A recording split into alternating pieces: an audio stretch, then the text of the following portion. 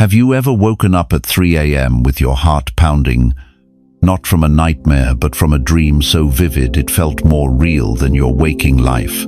Have you ever stared at that faint letter M etched into your palm and wondered why it never fades, why it seems to pulse when you're alone in the dark?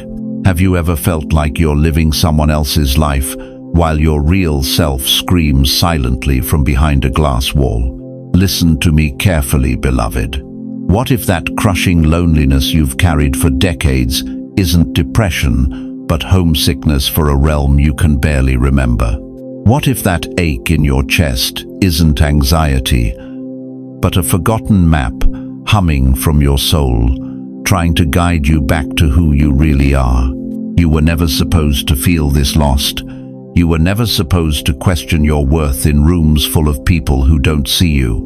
You were never supposed to carry burdens that weren't yours, while everyone else seems to glide through life untouched by the weight you feel in your bones. But here's the truth they don't want you to remember.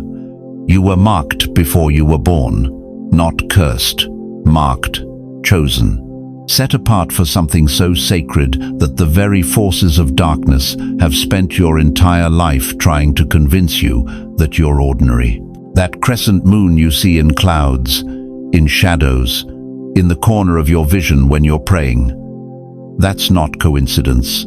That's communication. And now, right now, Thoth, the divine scribe who recorded mysteries even time couldn't bury, has a hidden message specifically for you. Your hands are trembling, aren't they? Your spirit recognizes something your mind can't yet name. Comment 777 below. Not just to type, to signal that you remember, that you're waking up. Heaven is watching. The angels are counting those who respond. And to every single one of you who has supported this message through super thanks, your generosity means more than you know. You're not just donating, you're helping spread light to others who feel alone in their calling. Whether you give or not, I'm deeply grateful for your presence here. Your support, your time, your attention, it all matters. And if this message resonates with your soul, go ahead and let the Holy Spirit move through your generosity. If your body is trembling and your spirit is completely still, if something inside you just whispered, "This is it, stay," you're not losing your mind, you're not hallucinating, you're remembering. Because what I'm about to reveal will explain why you've always felt different, why mirrors never show your full reflection, why you see things others can't, why you carry wisdom you never learned.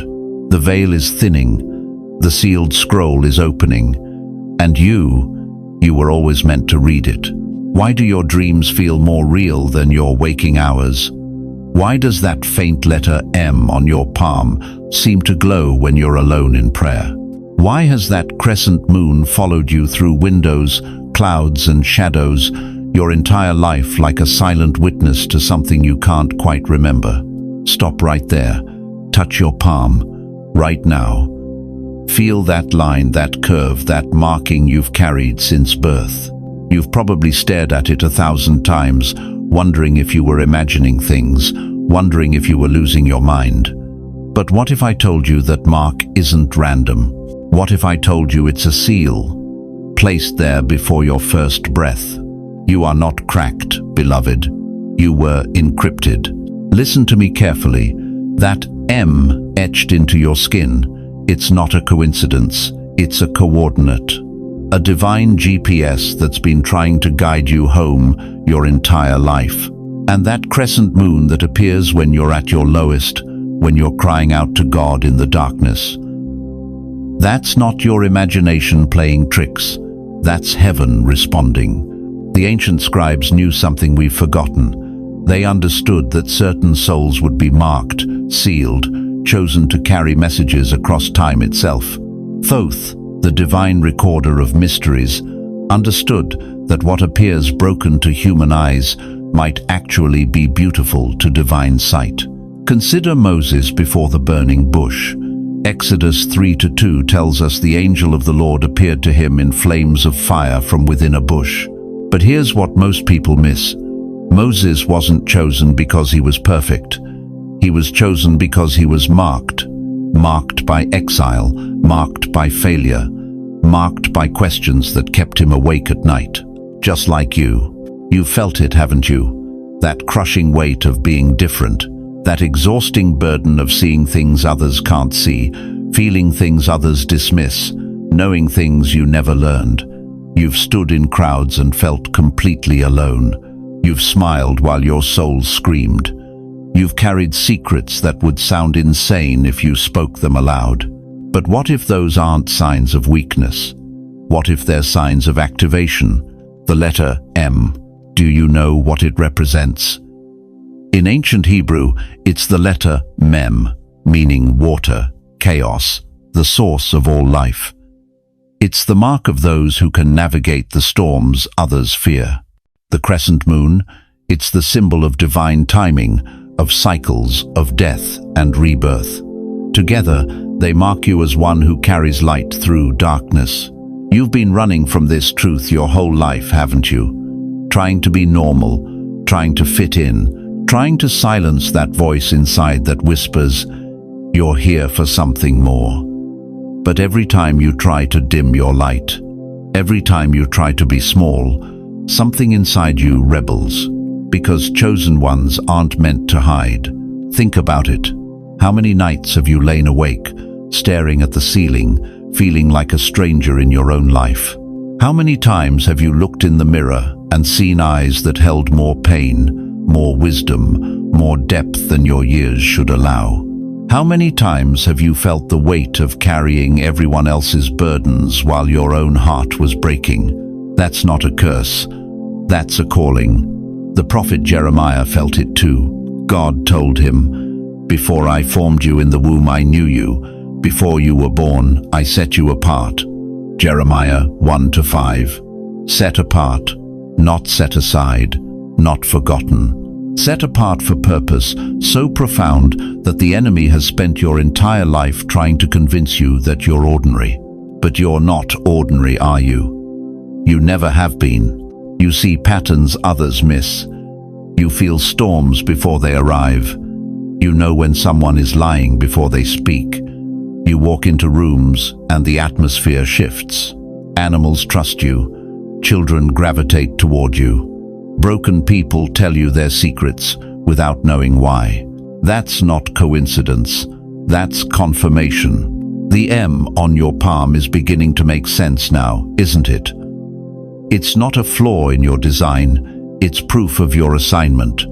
Every time you've traced that line with your finger, every time you've wondered what it meant, you were actually communing with your own divine blueprint. And the crescent moon?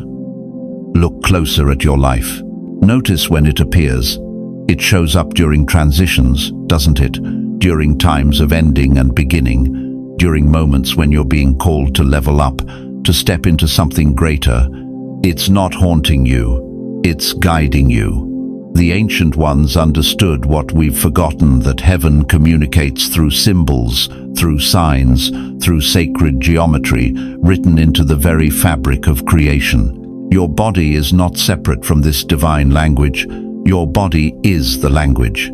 Right now, as you sit here, as these words wash over you, something is shifting inside your chest. I can feel it from here. That tightness, that trembling, that sense of something awakening after a long, long sleep. That's not fear, that's recognition. Your spirit knows I'm telling the truth. For too long, you've been living below your spiritual pay grade. You've been accepting crumbs when you were meant to feast. You've been whispering when you were meant to roar. You've been following when you were meant to lead. But the seals are breaking now. The encryption is being decoded. The hidden message that's been waiting in your DNA, in your dreams, in the very pattern of your breath, is finally ready to be revealed. Touch your palm again. Look closely. Whisper, "I remember." That's not superstition. That's activation. Because what comes next will change everything you thought you knew about your purpose, your power, and your place in this cosmic story that's been unfolding since the foundation of the world.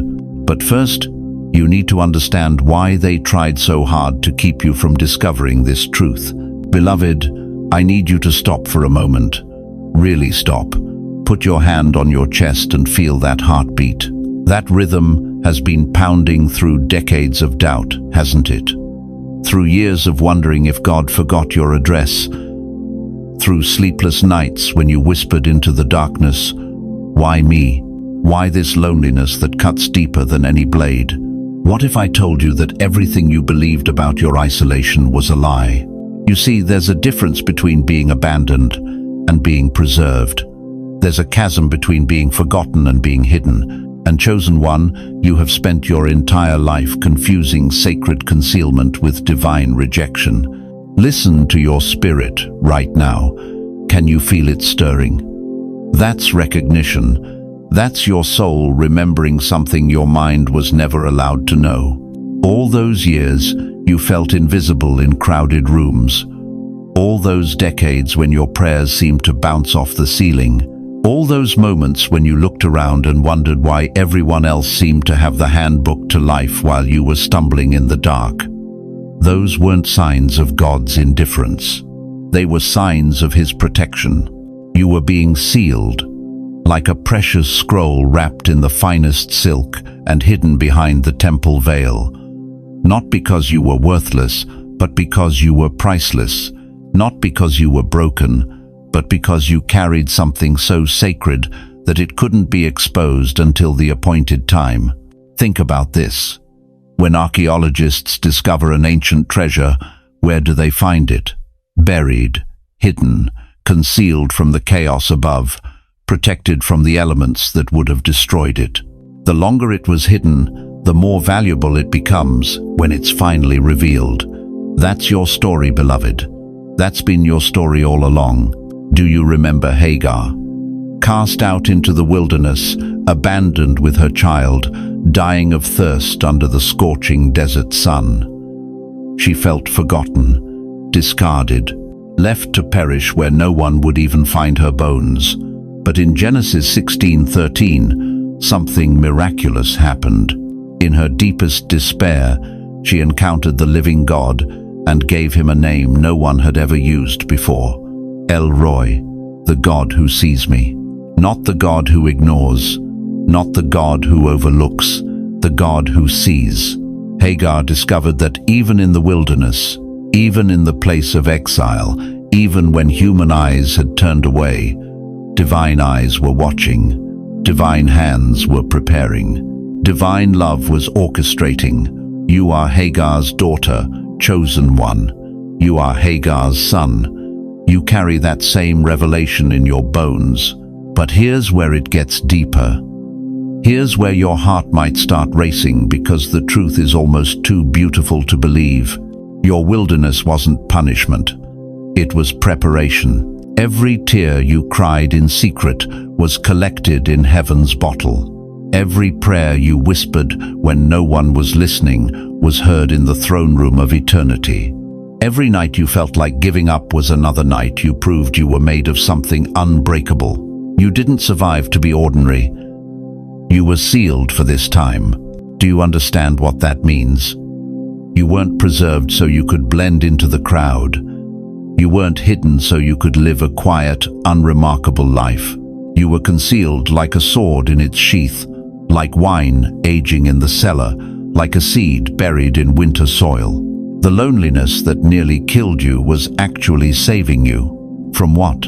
From becoming like everyone else, from losing your edge, from having your sensitivity dulled by the noise of a world that mistakes volume for value, from being corrupted by the very systems you were sent to transform. Think about Jesus Himself. Where did He spend His first 30 years? Hidden, obscure, working with His hands in a forgotten town that people mocked. Can anything good come from Nazareth? They asked. But that hiddenness wasn't wasted time. It was preparation time, strengthening time, deepening time. And when He finally stepped into the light, the very foundations of reality shifted. Your time of hiddenness is ending, beloved. Can you feel the wax beginning to crack on the scroll of your destiny?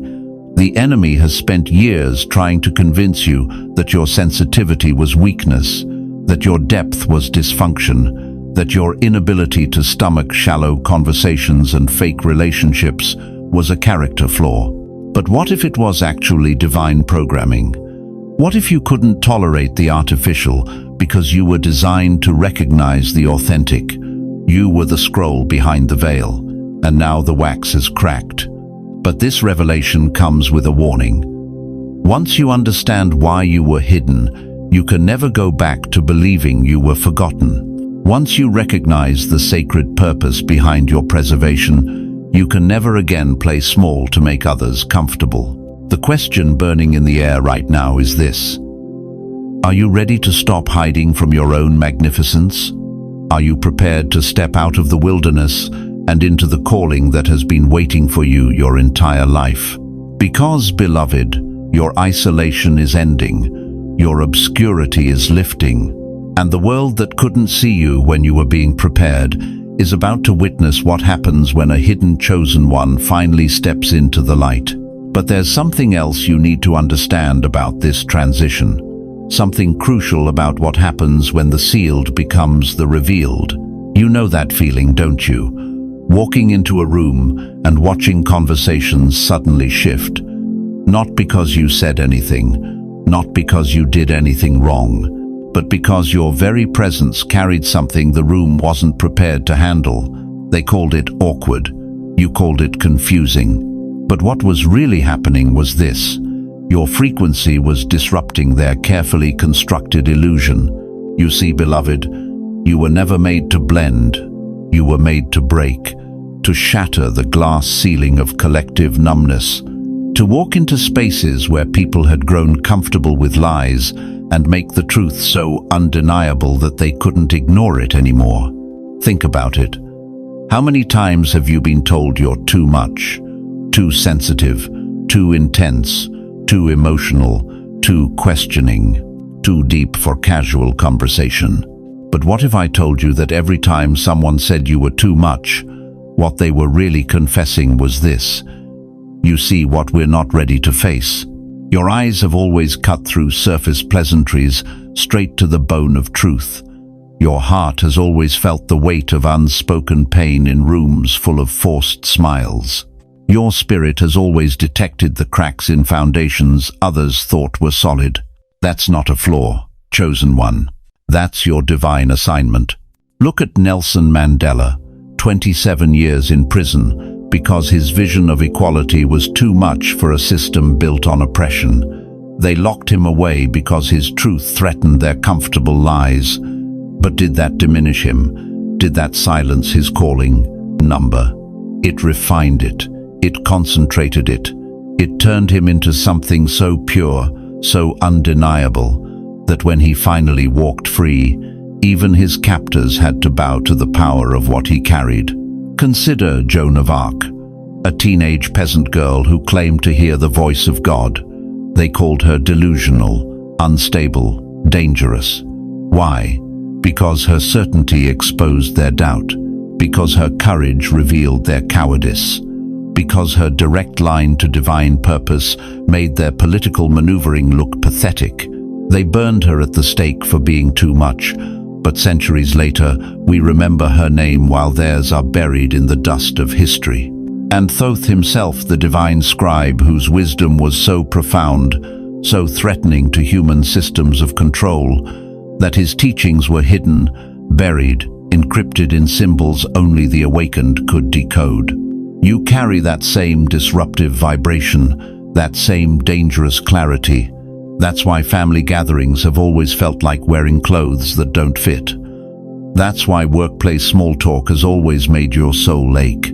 That's why you've spent decades trying to squeeze yourself into spaces that were never designed to hold your vastness.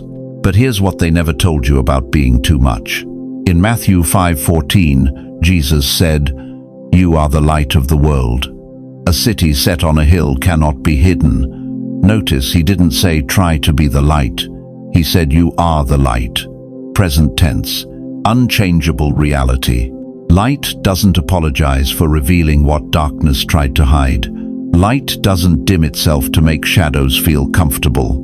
Light simply is, and where it shines, everything changes. You weren't placed here to make others comfortable with their spiritual sleep. You were placed here to be so awake, so alive, so authentically yourself that your very existence becomes a question they can't ignore. What if there's more to life than this? That ache you've carried for decades, that sense of not belonging, of being misunderstood, of feeling like an alien in your own life, it wasn't evidence that something was wrong with you. It was evidence that something was wrong with a world that taught you to shrink. Remember when Jesus walked into the temple and found it corrupted by money changers? Did he try to fit in? Did he accommodate their system? Did he worry about being too dramatic? He flipped tables. He drove them out with a whip. He disrupted their entire operation because sometimes love looks like holy disruption. That's your DNA, chosen one. You're not here to maintain broken systems. You're here to overturn them. Every time you've felt too emotional, you were actually feeling at the depth God designed you to feel.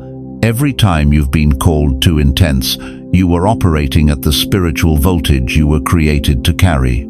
Every time someone said you were overthinking, you were actually thinking at the frequency of heaven. The prophet Jeremiah understood this. In Jeremiah 1:17, God told him, "Get yourself ready. Stand up and say to them whatever I command you. Do not be terrified by them, or I will terrify you before them." God didn't tell Jeremiah to tone it down. He told him to gear up, to stand firm, to speak truth regardless of how it made others feel. Because here's the thing about truth. It doesn't need permission to be true. It doesn't need approval to be valid. It doesn't need understanding to be powerful. You weren't too much. You were just too true for a world addicted to lies. That's why your presence has always shifted atmospheres. That's why people either love you deeply or avoid you completely. That's why there's rarely neutral ground when it comes to how others respond to you. You carry something they recognize but can't name. Something that reminds them of who they were before the world taught them to forget. Something that whispers of possibilities they buried under layers of realistic expectations. And now, in this moment, as these words penetrate the fortress you built around your heart to protect yourself from more rejection, something ancient is stirring. You're remembering why you never fit. You're understanding why conformity always felt like suffocation. You're realizing that your sensitivity wasn't a weakness, it was a superpower the world tried to convince you to abandon. If this is piercing you right now, if something inside you is standing up for the first time in years, type "I see through the illusion" in the comments. Not just as words, as a declaration, as a line drawn in the sand between who you were told to be and who you actually are. Don't look back, beloved, because what's ahead requires every ounce of the too much you've been hiding. But here's what happens when chosen ones finally stop apologizing for their intensity. You've walked into rooms and felt your soul being slowly drained, haven't you? That sudden exhaustion that hits you like a brick wall. The way your chest tightens around certain people, the heaviness that clings to your skin after family gatherings or phone calls with that one friend who always needs something. You thought it was just you being sensitive.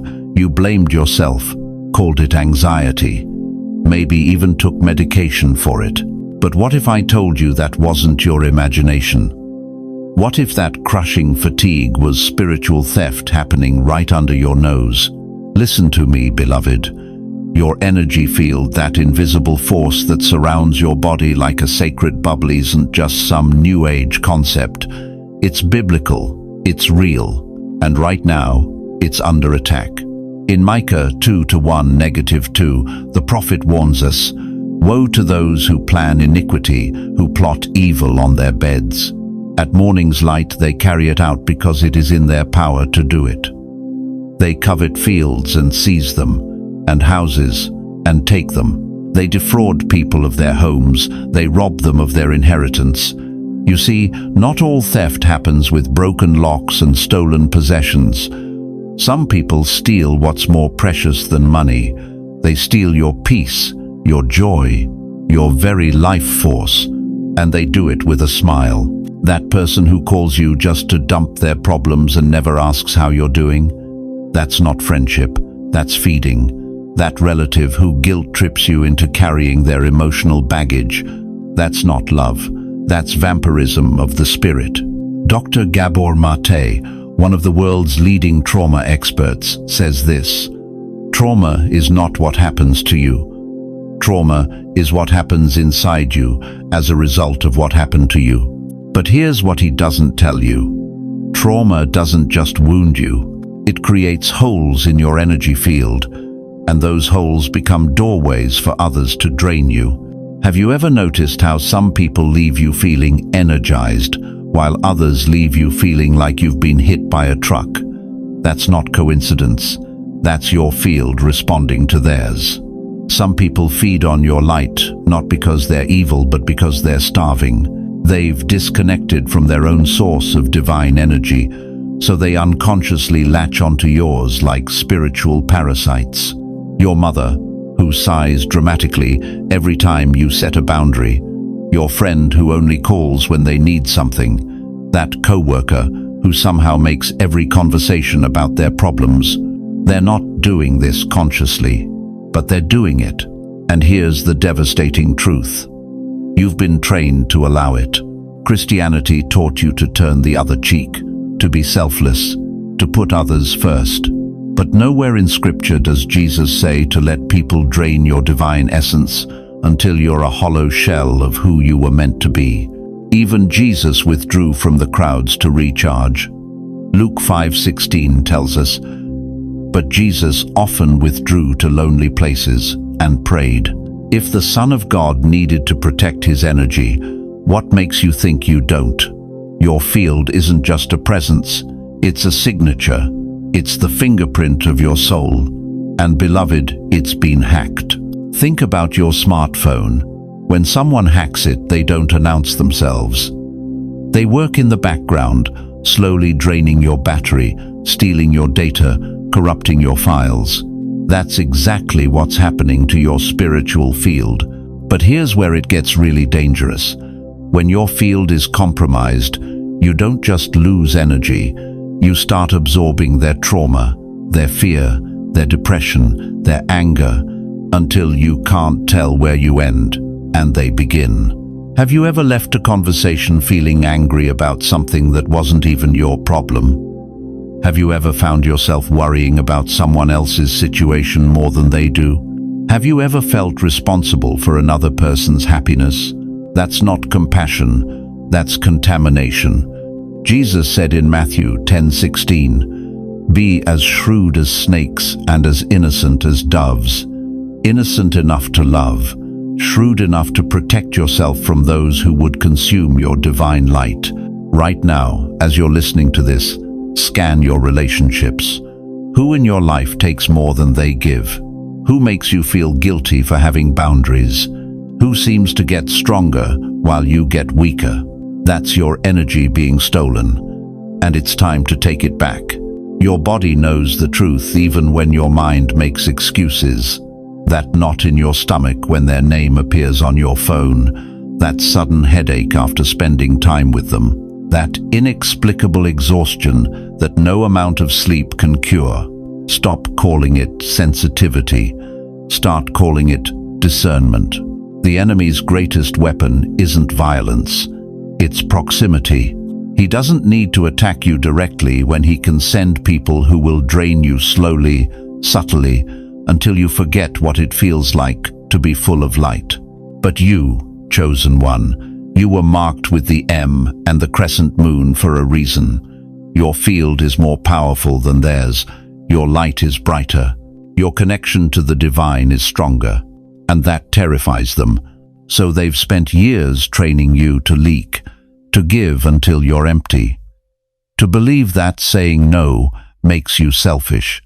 To think that protecting your energy makes you unloving. But love without boundaries isn't love.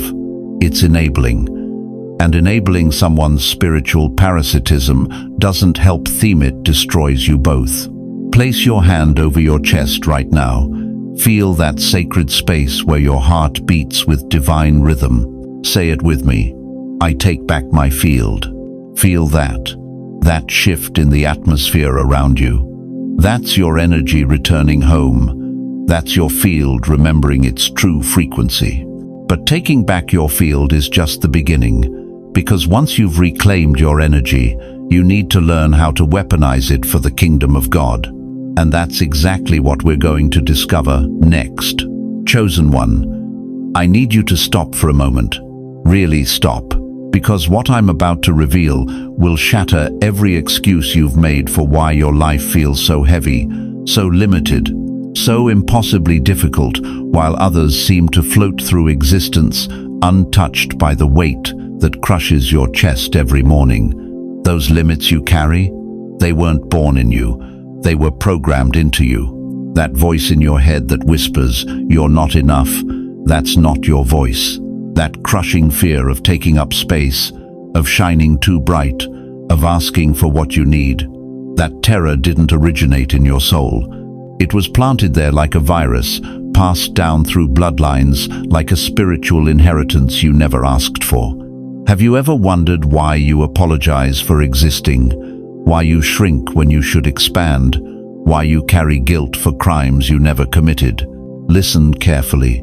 Every family line carries unhealed trauma. Every generation passes down their unspoken fears, their suppressed rage, their buried shame. And someone in every family becomes the carrier, one who absorbs it all, the one who feels everything, the one who breaks under the weight of pain that isn't even theirs. That someone is you. Romans 12:2 commands us, "Do not conform to the pattern of this world, but be transformed by the renewing of your mind." But how can you renew a mind that was never truly yours to begin with? How can you break free from patterns programmed into your nervous system before you could even speak? You've been living in a cage built from your grandmother's silenced screams.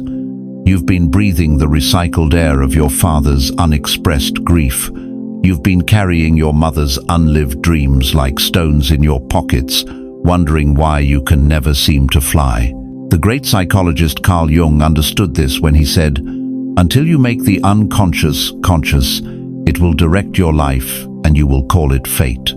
What you've been calling your personality, your limitations, your just the way I am, that's not fate, beloved. That's programming. And programming can be rewritten. Think about this. Have you ever reacted to something with an intensity that surprised even you? Have you ever felt terror about situations that posed no real threat? Have you ever carried guilt so heavy it felt like drowning, but you couldn't name what you'd done wrong? That's not your guilt. That's inherited emotional DNA. Let me tell you about Michaela. She was a midwife who spent 40 years helping bring life into this world, but she never felt alive herself. Every time she succeeded, every time she saved a life, a voice inside her whispered, "You don't deserve this." She thought it was humility. She thought it was staying grounded. But one night, after delivering twins in a difficult birth, she collapsed in her car and wept for hours. Through her tears, she heard herself saying words she'd never spoken. "I'm sorry, Mama. I'm sorry I lived when your babies died." In that moment, Michaela realized she'd been carrying her mother's grief over 3 miscarriages that happened before Michaela was born. She'd been apologizing for her very existence, shrinking to make room for the ghosts of children who never drew breath. Her mother had never spoken of this loss, but the trauma had passed through the umbilical cord, through late-night feedings, through the worried looks when Michaela laughed too loud or dreamed too big. From that night forward, Michaela began speaking to her mother's pain. "I give this back to you. I honor your grief, but I release myself from carrying it." 6 months later, she opened her own birthing center. For the first time in 4 decades, she felt worthy of her own success. You see, beloved, you were wrapped in webs not woven by your own hands. You inherited anxiety from a grandfather who survived the depression. You absorbed perfectionism from a mother who was never allowed to make mistakes. You took on rage from a father who was taught that anger was the only acceptable emotion for a man. And you've been trying to heal wounds that were never yours to heal. But here's what the enemy doesn't want you to know. Recognition is the first step to freedom. The moment you can say, "This isn't mine," the prison door begins to crack. When Jesus said in John 8:32, "You will know the truth, and the truth will set you free," he wasn't just talking about spiritual truth. He was talking about the truth of what belongs to you and what doesn't, the truth about which emotions are yours and which ones you inherited, the truth about which fears serve you and which ones enslave you. Right now, as you're listening to these words, something in your body is responding. Maybe your chest is tightening. Maybe old memories are surfacing. Maybe you're feeling anger you didn't know you carried, or grief that seems too big for your life. That's not breakdown, that's breakthrough. The ancestral patterns that have controlled your life for decades are finally being exposed to light. And light dissolves what darkness has hidden. So I'm going to ask you to do something that might feel impossible. I want you to speak to the pain that isn't yours, out loud, right now. Say these words: "I honor the struggle of those who came before me, but I give this pain back. I release myself from carrying what was never mine to carry." Did your voice shake? Did tears come? Did something shift in the atmosphere around you? That's the sound of chains breaking. That's the feeling of inherited prisons losing their power. But beloved, breaking free from the silent cages is only the beginning. Because once you've shed the weight that was never yours, you'll finally have space to discover what is yours. You'll finally have room to breathe with your own lungs, think with your own mind, dream with your own heart. And that's when the real awakening begins. That's when you'll discover not just who you're not, but who you've always been beneath the layers of inherited pain. The question is, are you ready to meet yourself for the first time? You've been walking through life like a ghost in your own body, haven't you? Moving through days without truly arriving, speaking words without your soul behind them, breathing without feeling the sacred exchange of life entering your lungs. Most people today exist in a state of spiritual exile, present in body, but absent in essence. They shake hands while their hearts are oceans away. They pray with their lips while their minds race through grocery lists. They sit in church pews while their spirits wander through endless corridors of worry and regret. But you, chosen one, were never meant to live as a stranger to yourself. Listen carefully. There are only two forces in this universe that can instantly shift your reality from survival to sovereignty. Two ancient keys that unlock the door between the mundane and the miraculous. Intention and presence. Not as concepts to understand, but as powers to embody. Most people think presence means sitting still and looking peaceful. They mistake silence for spirituality. But true presence presence is something far more dangerous to the kingdom of darkness. Presence is when your soul fully occupies your body, like a king returning to his throne. Have you ever noticed how some people can walk into a room and everything changes? Not because they're loud or demanding attention, but because they're completely here. Their energy doesn't leak into yesterday's regrets or tomorrow's fears. They are concentrated light, undiluted essence, and the spiritual atmosphere bends around them like gravity. Ecclesiastes 5:1 warns us, "Guard your steps when you go to the house of God. Go near to listen rather than to offer the sacrifice of fools who do not know that they do wrong." Guard your steps. Your presence is sacred territory. Every moment you're absent from yourself, you're offering the sacrifice of fools, going through the motions while your spirit sleeps. Brother David Steindl-Rast, that wise Benedictine monk, spent decades teaching something most Christians never learn. Spiritual attention is the highest form of prayer. He said, "The present moment is the only place where life can be lived, not experienced, lived." But here's what will shake you to your core. When you show up fully, when your intention becomes clear, and your presence becomes completely unseen world rearranges to receive you. Angels that have been waiting in the wings suddenly step forward. Doors that have been locked for decades begin to creak open. People who have never noticed you before find themselves inexplicably drawn to your energy. Miracles don't just happen around you, they happen because of you. But most of you have forgotten how to be fully present because you've been taught that your thoughts are more important than your being. You've been conditioned to live in your head while your body becomes a ghost. Your nervous system carries the memory of every moment you abandoned yourself to survive. When was the last time you placed your hand on your chest and actually felt your heart beating? Not as a medical check, but as a sacred reunion with the miracle of your existence. When was the last time you spoke a word and felt it vibrate through your entire being before it left your lips? When your voice became an instrument of divine intention rather than empty noise filling uncomfortable silence. This is the tragedy of modern spiritual living. People meditate for hours, but can't stay present during a simple conversation. They study ancient wisdom, but can't feel the wisdom already encoded in their DNA. They seek God everywhere except in the holy ground of this moment. Your body is not just flesh and bone, chosen one. It's a temple that your soul was meant to inhabit fully. But trauma taught you to leave. Disappointment convinced you to disconnect. And now you walk through life like a renter in your own home, afraid to fully move in. Intention without presence is just wishful thinking. It's like trying to light a fire with matches in a hurricane.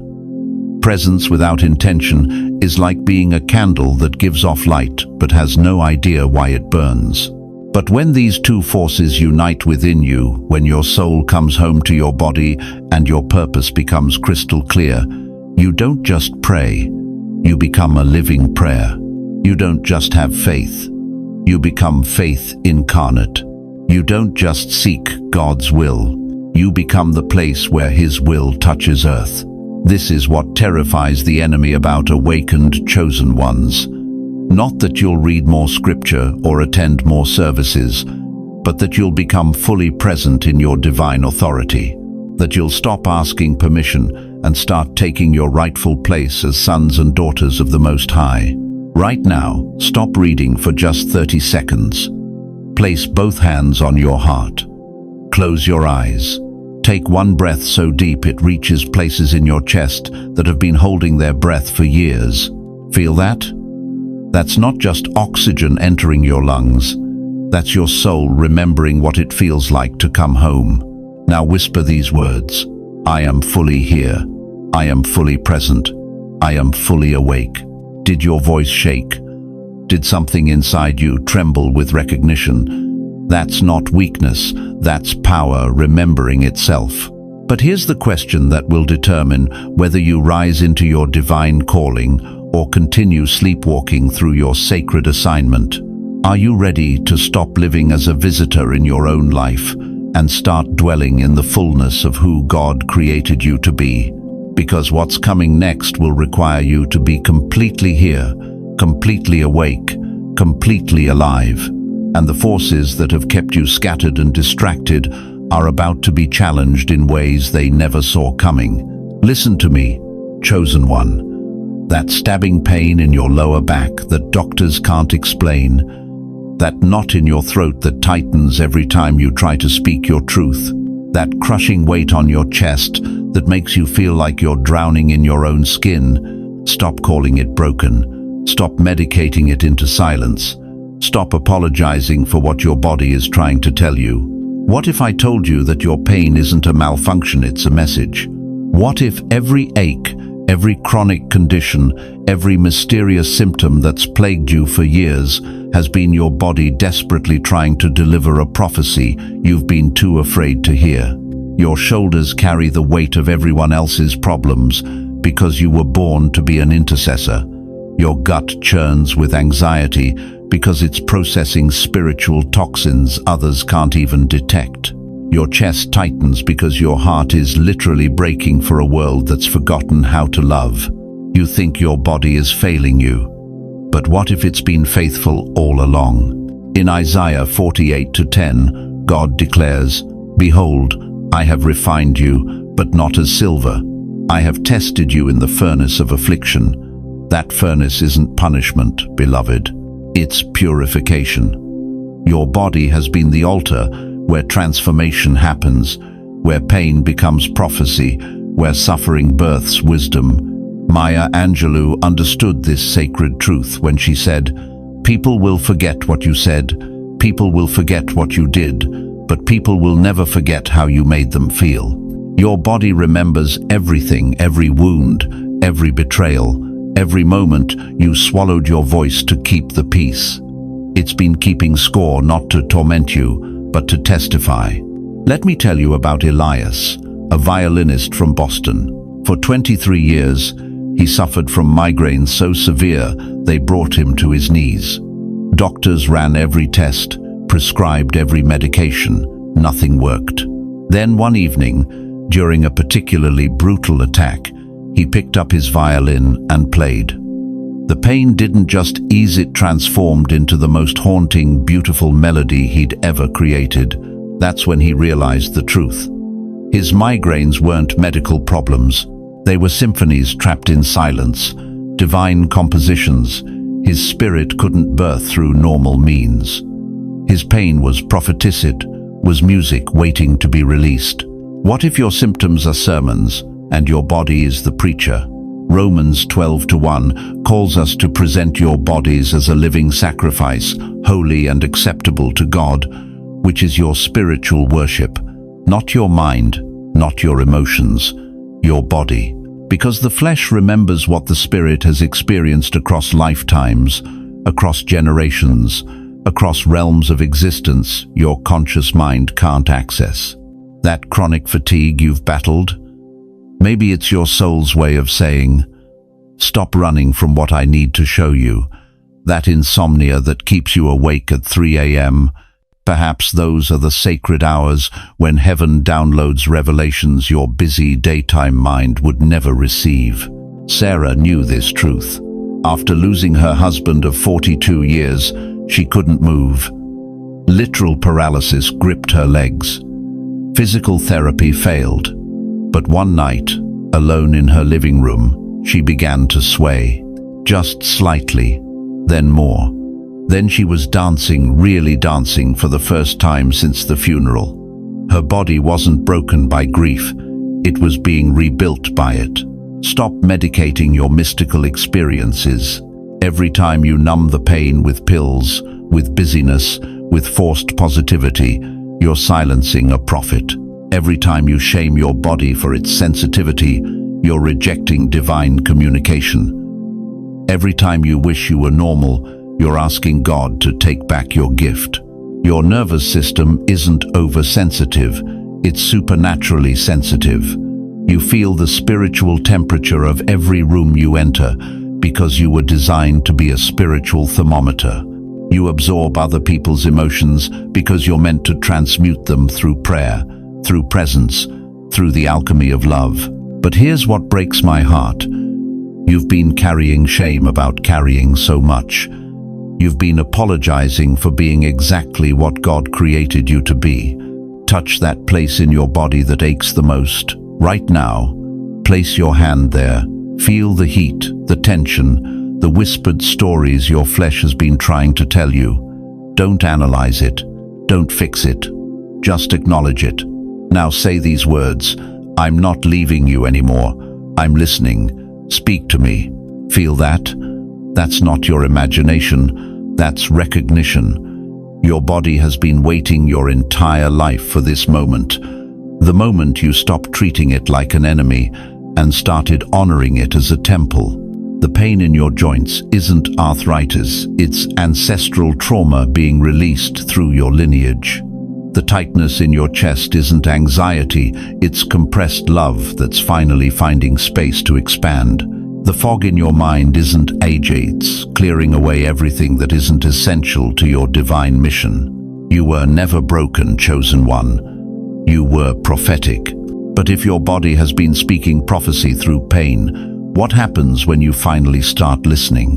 What revelations are waiting to be downloaded through your willing flesh? And why does the enemy work so hard to convince you that your sensitivity is a curse instead of your greatest spiritual gift? Listen carefully, chosen one. What I'm about to tell you will shatter everything you thought you knew about the sacred. For centuries, the church has buried a truth so profound, so dangerous to their control, that they convinced generations it was demonic. But what if the very tools they called evil were actually the keys to divine communion? You've felt it, haven't you? That strange pull toward crystals, toward certain sounds, toward the memory of water. And then the guilt came crashing down, the voices whispering, "That's not Christian, that's witchcraft." But what if those voices were terrified of something far more threatening than magic? What if they were afraid of your direct connection to God? Here's what Thoth knew that they don't want you to remember. Everything in creation vibrates. Everything carries frequency. Everything responds to divine intention when wielded by those who remember their true identity. Job 38-33 asks a question that will stop your heart. Do you know the laws of the heavens? Can you set their dominion over the earth? This wasn't poetry, beloved. This was God, revealing that creation itself operates on spiritual laws, frequencies, resonances, vibrations that respond to awakened consciousness.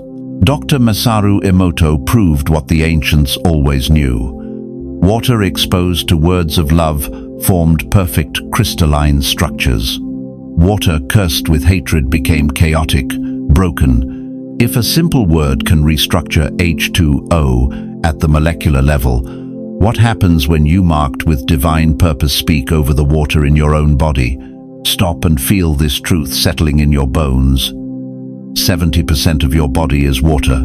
Every prayer you've ever whispered, every blessing you've spoken, every moment of worship, it's been restructuring your very cells. You haven't just been praying to God, you've been becoming Him. But the church taught you to fear this power. Why? Because a congregation that remembers their divine technology doesn't need intermediaries. They don't need permission to heal. They don't need buildings to house the sacred, because they carry the temple within their frequency field. The crystal in your pocket isn't an idol, it's a memory device. For millennia, quartz has been storing the vibrations of pure intention. When you hold it with reverence, not superstition, you're not worshipping stone. You're accessing the encoded prayers of countless saints who touched that same molecular structure with holy hands. Your voice isn't just sound, it's creative force. Genesis 1-3 declares that God spoke light into existence. And you, chosen one, carry that same divine DNA. When you sing over your water, when you speak blessings over your food, when you hum ancient melodies in moments of pain, you're not performing rituals. You're remembering who you are. The tools weren't evil. They were simply misused by those who forgot their source. A knife can kill or heal, depending on the hand that wields it. A frequency can destroy or restore, depending on the heart that generates it. You were born to remember how to use them. This isn't witchcraft, beloved. This is spiritual physics. This is the technology Jesus used when He multiplied loaves, when He walked on water, when He spoke storms into stillness. He wasn't breaking natural law. He was operating from a higher frequency where matter obeys consciousness aligned with divine will. But here's where it gets personal. How many nights have you lain awake, feeling that electric current running through your palms? How many times have you hummed a tune you never learned and felt something shift in the atmosphere? How often have you placed your hands on someone in pain and watched their face soften for reasons you couldn't explain? That wasn't coincidence. That was remembrance breaking through religious programming. The ancient ones encoded this wisdom into stone circles, into sacred geometry, into harmonic structures that still hum with divine frequency today. Cathedrals weren't just built for beauty, they were tuning forks designed to amplify prayer. Gothic arches weren't just architecture, they were acoustic chambers that focused human intention into concentrated beams of sacred sound. Everything is listening, chosen one. The water in your glass, the salt in your blood, the minerals in your bones, the very air molecules vibrating around your vocal cords when you pray, heaven included. So tonight, before you sleep, try this. Hold a glass of water in your hands. Feel its weight, its willingness to receive. Speak over it not as magic, not as manipulation, but as communion. I bless this water with divine love. I command every molecule to carry healing to every cell. Then drink, knowing you're not just hydrating your body, you're activating your temple. Beloved, we've reached the moment where heaven itself holds its breath, because what I'm about to reveal will shatter every lie you've believed about your own power. You see, there's been a cosmic courtroom drama unfolding around your life, and you've been the prize everyone's been fighting over. The enemy came for you with everything he had: betrayal, abandonment, financial ruin, health crises that knocked you to your knees, relationships that left you bleeding in ways no doctor could diagnose. He threw depression at you like arrows in the dark. He whispered worthless until it echoed in your bones. He painted your mirror with shame until you couldn't recognize the divine light staring back at you. But here's what happened that he never expected. You didn't resist. You remained. When the storms came, you didn't curse God. You whispered, "Not my will, but yours." When betrayal cut deep, you didn't become bitter. You became broken open. When loneliness pressed against your chest like a stone, you didn't close your heart. You expanded it. You let the pain carve you into something deeper, something sacred, something unbreakable. And somewhere in the darkness, watching you endure what should have destroyed you, something shifted in the very fabric of evil itself. The devil fell in love with your light. Pause. Let that sink into their souls. I know this sounds impossible, but Mark 4:22 tells us, "For whatever is hidden is meant to be disclosed, and whatever is concealed is meant to be brought out into the open." Even darkness, when it finally encounters true light, cannot help but be drawn to it. You see, chosen one, the enemy spent so long studying you, trying to break you, that he began to recognize something he'd forgotten existed: purity, unshakable faith, love that couldn't be killed by hatred. He saw in you what he lost when he fell from grace, and for the first time in millennia, he remembered what he used to be. This is why the attacks became more desperate. This is why the spiritual warfare intensified just when you thought you couldn't take anymore. He wasn't just trying to destroy you anymore. He was trying to possess what you carried, because your light exposed his darkness so completely that it began to burn away his own lies about himself. John 1-5 declares, "The light shines in the darkness, and the darkness has not overcome it." But here's the mystery most never grasp. Sometimes the darkness doesn't want to overcome the light anymore. Sometimes it just wants to be near it, to remember what it felt like to be holy. Have you ever wondered why your battles felt so personal? Why the enemy seemed obsessed with you specifically? Why he kept coming back even when you had nothing left to take? It's because you became his mirror. Every time he looked at you, he saw what he could have been, what he chose to abandon, what he can never have again. You didn't slay the dragon, beloved. You converted the battlefield into holy ground. Voice drops to a whisper. Romans 8:26 tells us that the Spirit intercedes for us through wordless groans. But what if I told you that your pain, your tears, Your silent screams in the night weren't just prayers. What if they were frequencies so pure, so untainted by ego or pretense, that they reached places in creation that hadn't heard genuine worship in eons? Even fallen angels remember the sound of sincere praise. Even demons recognize authentic love. And when they encountered it flowing through your brokenness, something in them stirred, something they thought was dead forever. This is why you're still here. This is why you survived what should have killed you. Not because you were strong enough, but because your light became so brilliant in the darkness that even your enemies couldn't bear to extinguish it completely. The devil discovered something terrifying. Destroying you would mean destroying the only remaining mirror of what he once was. And despite everything, despite his rebellion, despite his hatred, he couldn't do it. Your light had become his last connection to the divine. You think your scars are proof of your failure? They're proof of your victory. Every wound became a window. Every crack became a place where light could pour through. You became so translucent, so permeated with divine presence, that even darkness had to acknowledge, this one is real. But here's the question that will determine your destiny. Now that you know the truth, now that you understand, your light is so powerful it can make even demons nostalgic for heaven.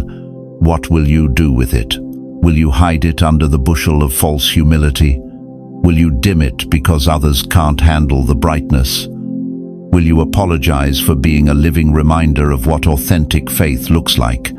Or will you finally, let it burn at full capacity? Comment, I am the frequency below. Let every realm know, the seen and unseen, the faithful and the fallen, that your field has returned.